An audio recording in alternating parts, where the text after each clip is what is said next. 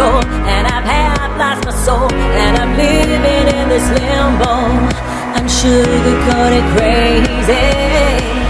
I'm sugar-coated. Hey, Rosie Rascal here, IFBB Pro. Today I am joined by Alison Farrell, my Pilates instructor, and I started coming to Alison's classes a few months ago.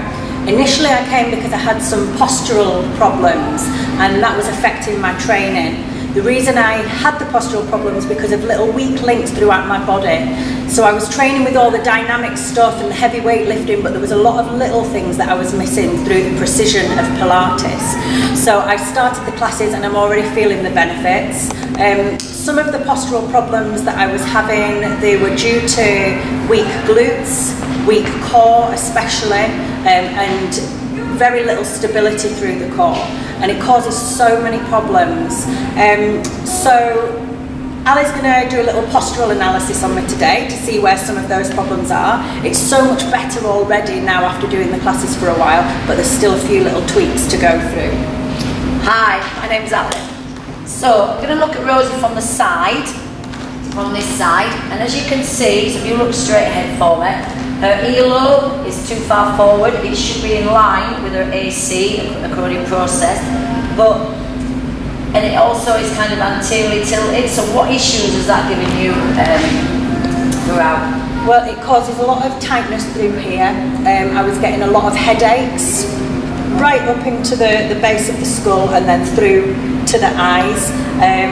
A lot of the time I could release that with massage, but it's real pain. That's just a short-term release, massaging. Yeah, exactly. So what she needs to do is basically just bring her chin back and just start working all these muscles through her neck, like neck rotation, and we do that a lot in the exercises that we do.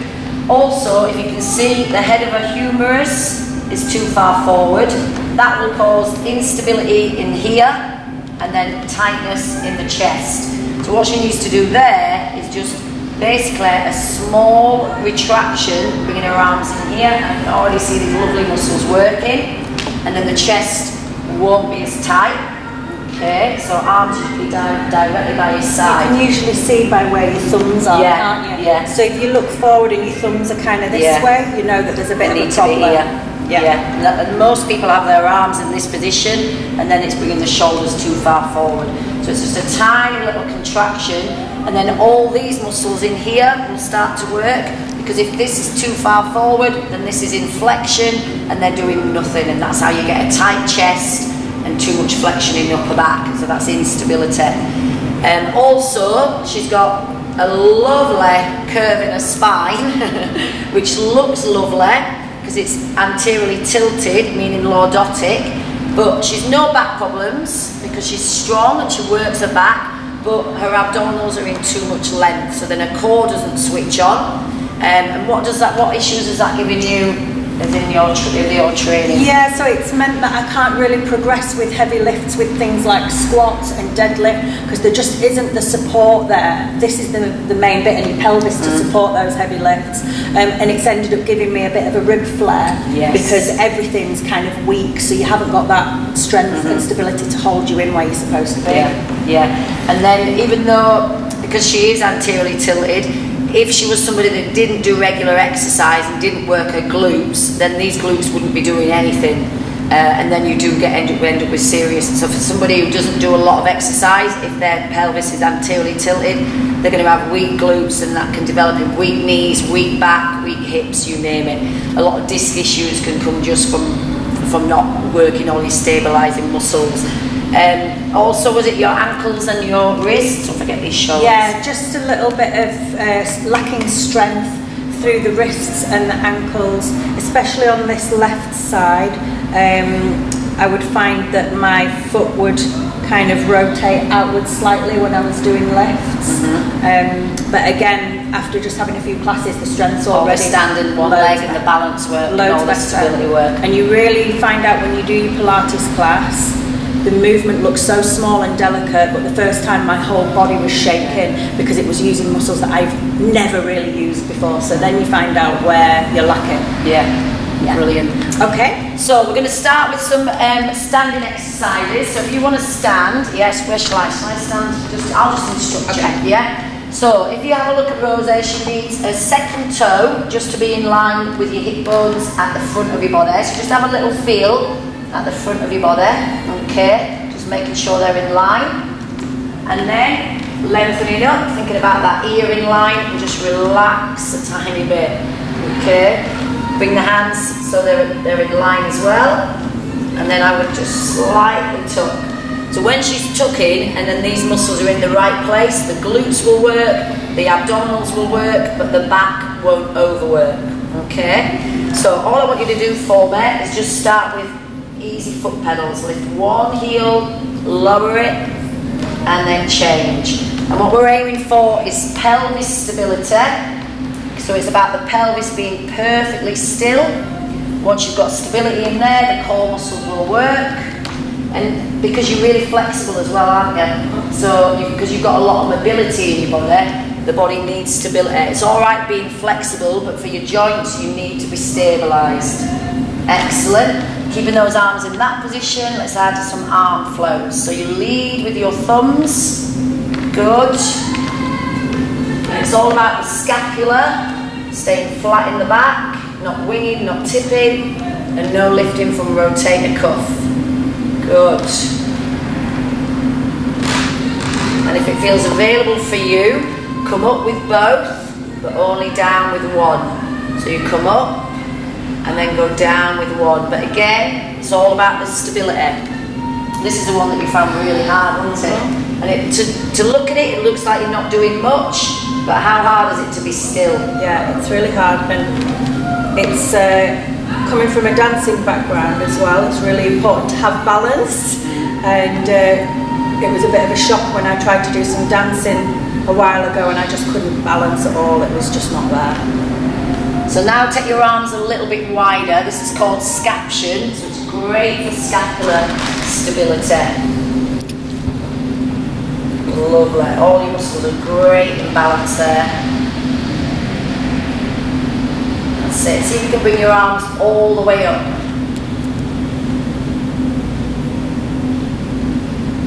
Good.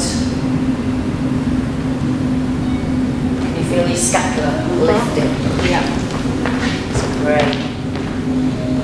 Okay, let's just do one more on the right foot and then one more on your left.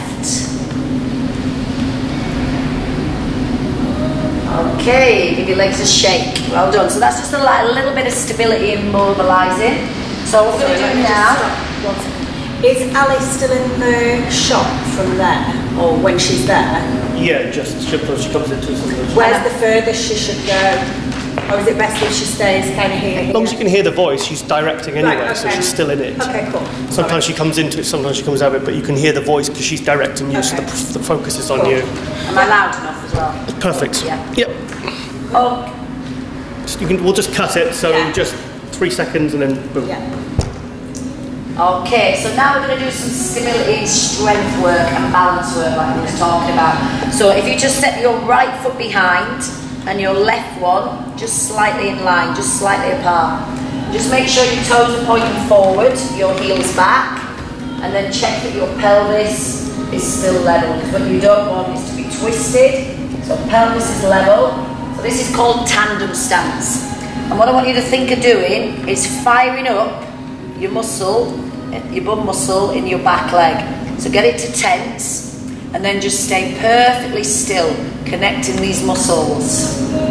Okay, just gently pulling your thigh muscles up, and then we're going to bring the fingers at the temple with the elbows wide and the shoulders down without any movement.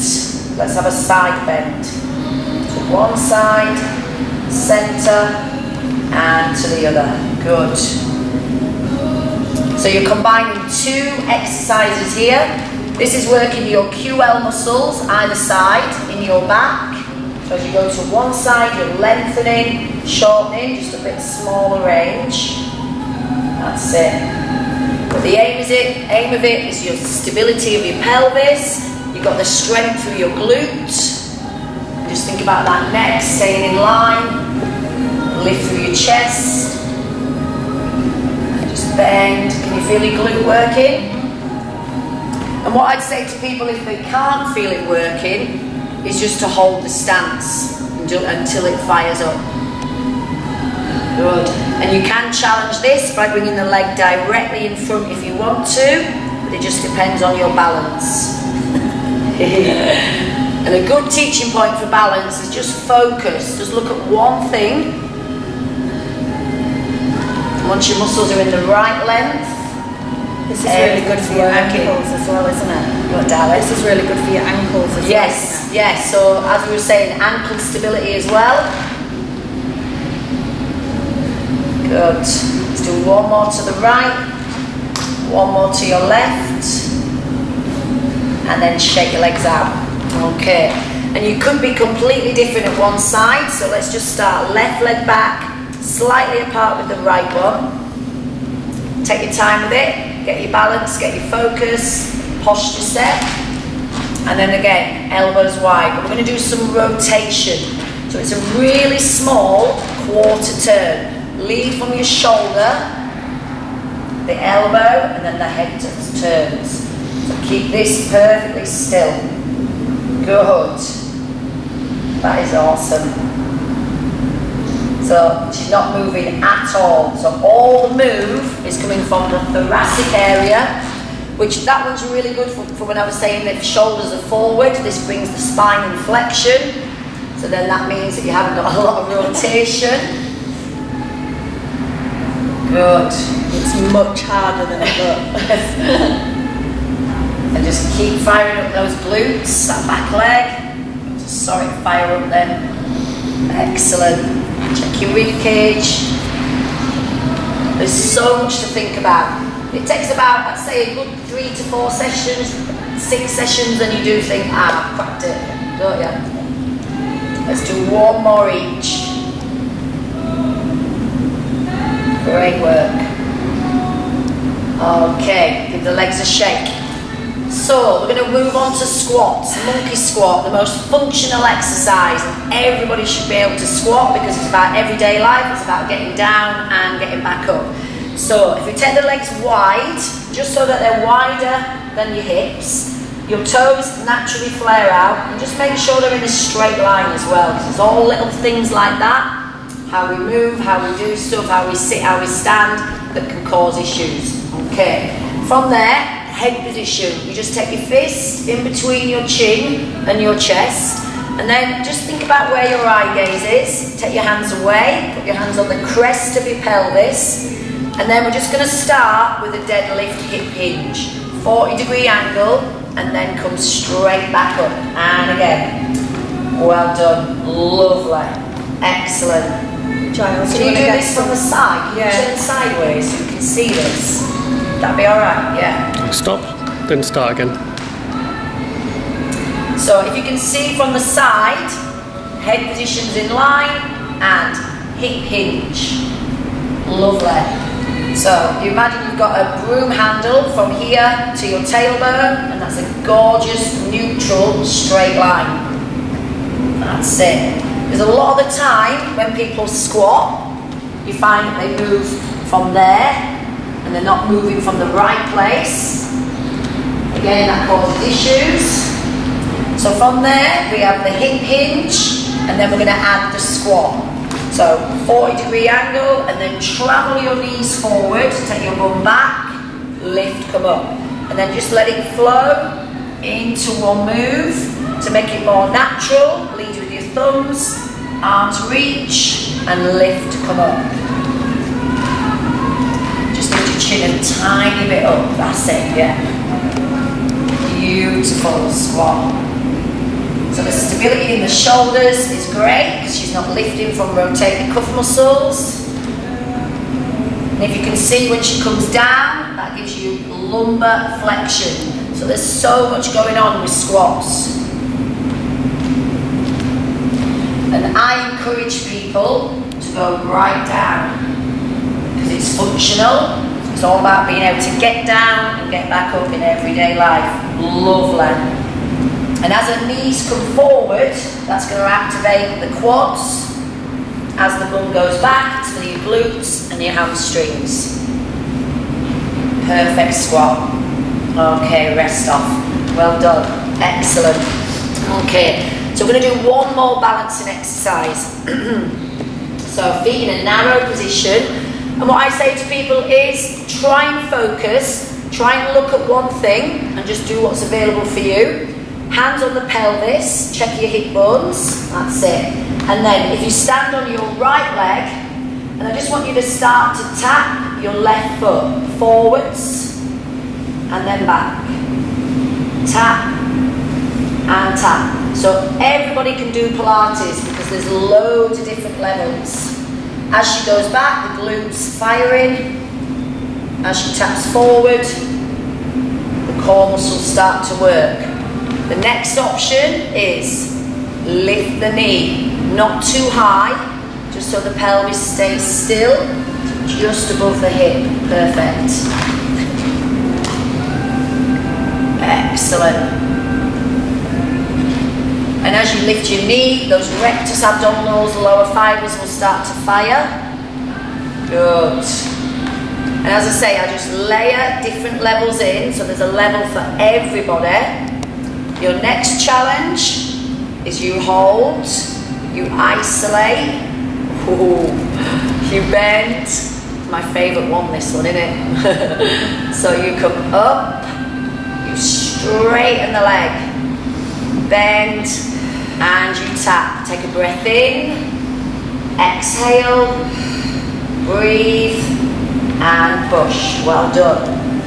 Control it, extend it. Well done. So abdominals are working so hard because she's perfectly still. You've got the stability of the pelvis, and you should feel loads of strength through the thigh as you hold that leg. And extension. One more level. Give the legs a shake. Let's do the other leg. Let's do. That's how hard it is. You see. So we'll do the other leg. So give the legs a shake. Posture check. So nice and neutral. Shoulders. Everything in the right position.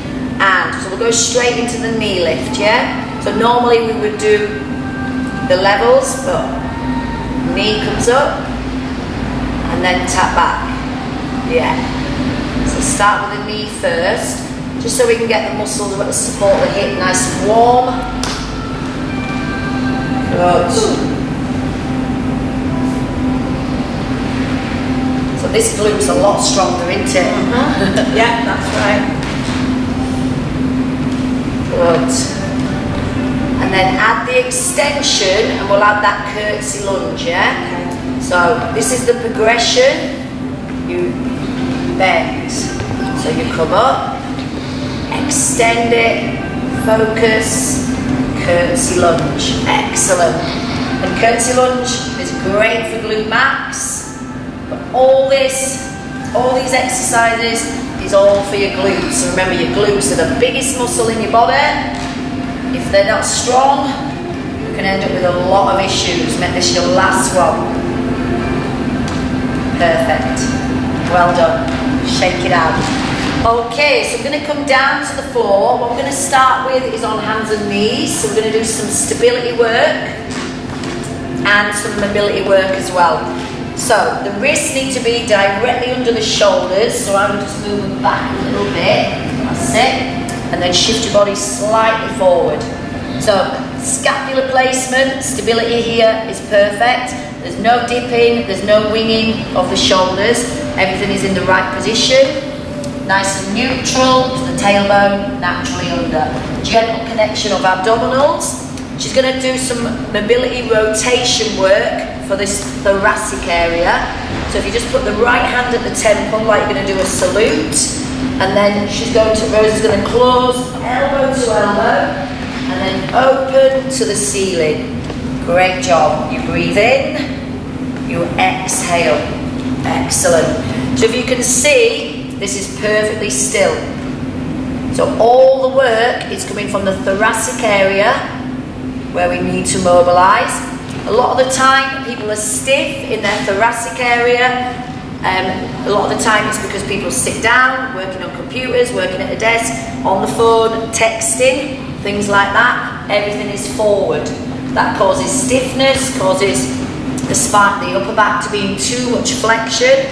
So then that can refer pain to lumbar and make that too overactive. So this is such a good exercise, but you're also getting bone loading through this shoulder. Core muscles are working because of gravity. Make this your last one. Okay, lower that hand down.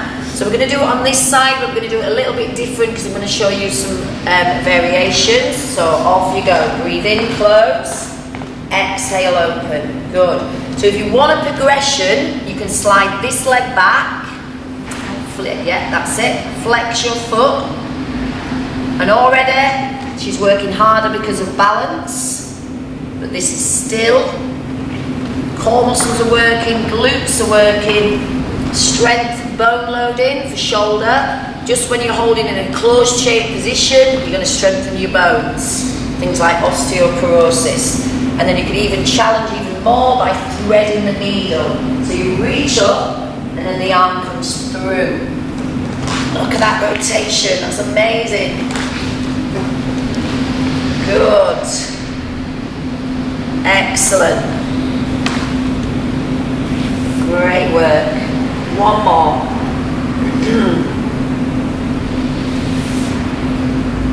Okay, brilliant. So just take a stretch off. Sit your way right back. So into a shell stretch, which is going to stretch all the lower back. It's going to release the wrists. And then a good way to release the wrists, if you want to come back up for me. So turn your fingers opposite way, because a lot of the time wrists are in this position. So we need to stretch them out, so just move back and forward. I like that stretch, it's really good.